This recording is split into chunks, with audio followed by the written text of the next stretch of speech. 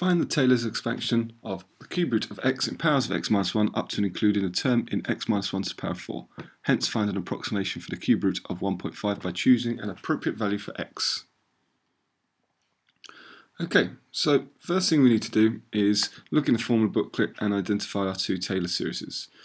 Now, since in this example I am told that f of x equals the cube root of x, and I'm looking for powers of x minus 1, the format of the Taylor series that I am looking for is this first format here. Okay, so if I change that to fit with what we're given in the information, what I'm looking to do, I know from my information that a must be equal to 1 because I've got x minus 1. So I want f of 1 plus x minus 1 f dashed of 1 plus x minus 1 squared over 2 factorial f double dash of 1 plus x minus 1 cubed over 3 factorial f differentiated 3 times with 1 in, and then finally x minus 1 to the power of 4 over 4 factorial times f differentiated 4 times with 1 substituted in.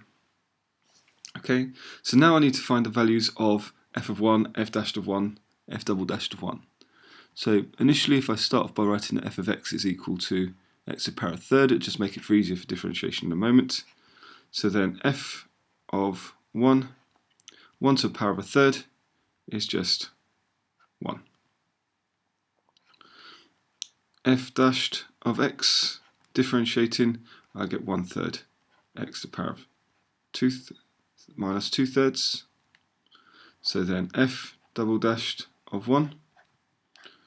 Substitute 1 into this. 1 to the power of minus 2/3 is 1, times a third is a third.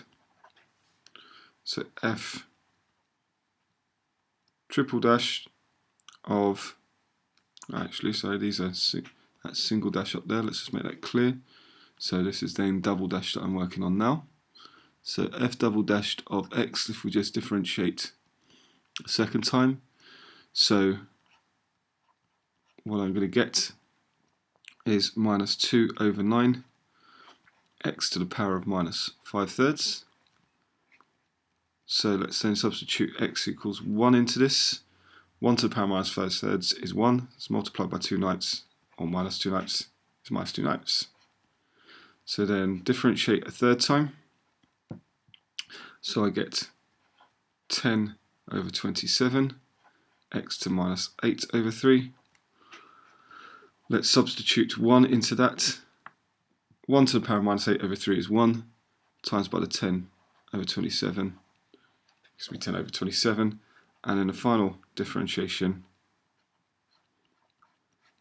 gives me minus 80 over 81, x to the power of minus 11 over 3, and so then just evaluating that with 1 substituted in, 1 to the power of minus 11 over 3 is 1, multiplied by the minus 80 over 81 gives me minus 80 over 81.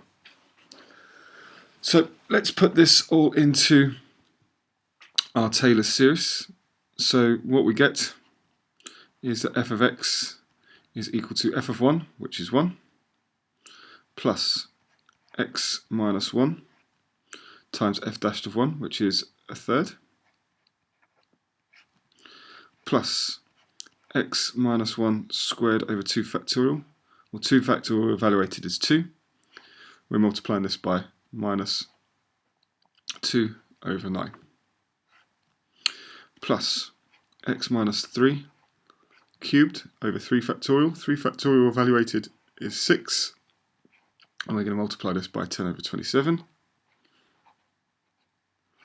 And then finally, x minus 1 to the power of 4 over 4 factorial. 4 factorial is 24.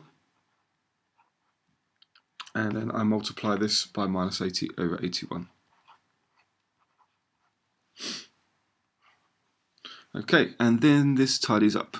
So tidying this up and getting our coefficients all nice and neat and tidy gives me 1 plus a third x minus 1 plus the 2, actually, and this will become a minus. So first of all, we need to acknowledge that this is a negative.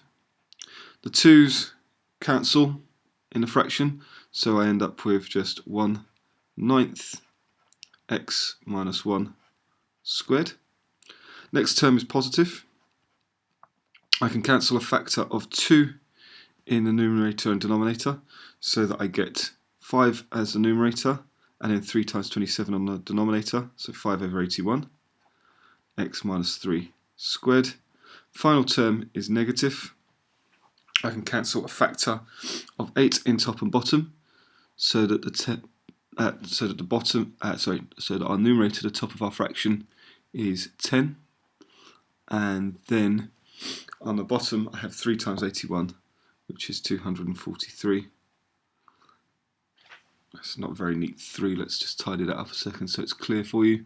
So 243 times x minus 1 to the power of 4. Okay, so we've got Taylor's approximation. What I'm looking to do is I'm looking to evaluate the cube root of 1.5. So what we're saying is cube root of 1.5 is equal to cube root of x. So therefore, x is equal to 1.5. So essentially what we're saying here is that the cube root of 1.5 can be approximated by f of 1.5. So I'm going to substitute this into my series. So I get 1 plus 1/3, 1.5 minus 1, plus 1/9. Oh, that's a minus. Keep on forgetting that minus there. Apologies. A little bit slack on my behalf. So minus 1/9, 1.5 minus 1 squared, plus 5/81, 1.5 minus 1 cubed, and then minus 10/243, 1.5 minus 1 to the power of 4.